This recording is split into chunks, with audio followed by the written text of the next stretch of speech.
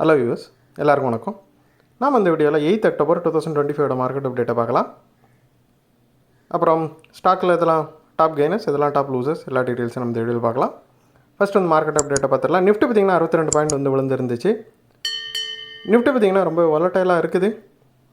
So இன்னுமே வந்து இது வாலட்டைலாக இருக்கிறதுக்கான வாய்ப்புகள் தான் நிறைய இருக்குது. ஏன்னா ரிசல்ட் சீசன் ஆரம்பிக்கிறதுனால கொஞ்சம் வாலட்டைலாக இருக்கும்.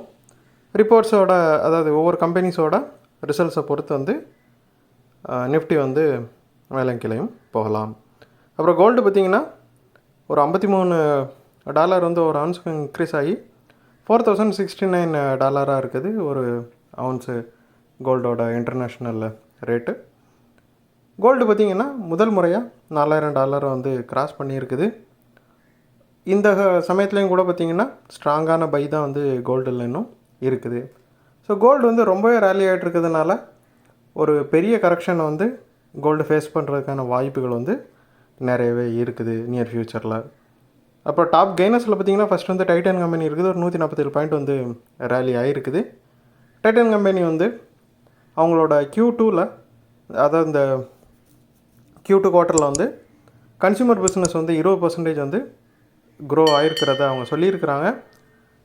ரொம்பவே சரிஞ்சிட்டு இருந்த அந்த கம்பெனி ஸ்டாக்கோட வேல்யூ வந்து இந்த குட் நியூஸ்னால் கொஞ்சமாக ரேலி ஆகிருக்குது. அப்புறம் இன்ஃபோசிஸ் பார்த்திங்கன்னா ஒரு 36 பாயிண்ட் வந்து ரேலி ஆகிருக்குது. நிறைய ப்ரோக்கரேஜஸ் வந்து ஐடி ஸ்டாக்ஸ் மேலே எல்லாமே வந்து கொஞ்சமாக வந்து பாசிட்டிவாக டர்ன் ஆகிருக்கிறாங்க.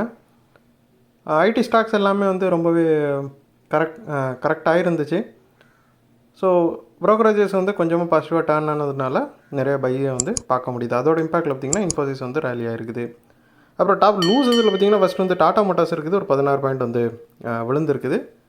டாடா மோட்டார்ஸில் வந்து டிமெர்ஜரோட எஃபெக்ட் வந்து காணப்படுது. அதனால் கொஞ்சம் சரிஞ்சிட்ருக்குது. அது மட்டும் இல்லாமல் ஜேஎல்ஆரோட ரிப்போர்ட்டும் வந்துருந்துச்சு.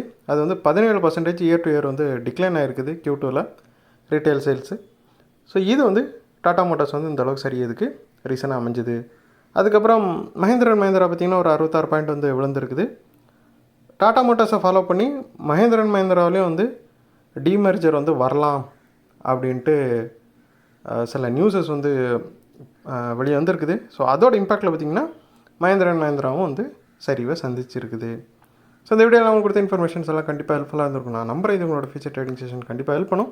இந்த வீடியோ உங்களுக்கு பிடிச்சிருந்துச்சுன்னா லைக் பண்ணுங்கள், ஷேர் பண்ணுங்கள், மறக்காம சேனலுக்கு சப்ஸ்கிரைப் பண்ணுங்கள். அப்படியே இந்த பெல் ஐக்கானை கிளிக் பண்ணிங்கன்னா டெய்லி அப்டேட்ஸ் தரோம் கிடைக்கும். தேங்க்ஸ் ஃபார் வாட்சிங். Keep supporting. நான் இன்னொரு வீடியோவில் உங்களை சந்திக்கிறேன். தேங்க்யூ.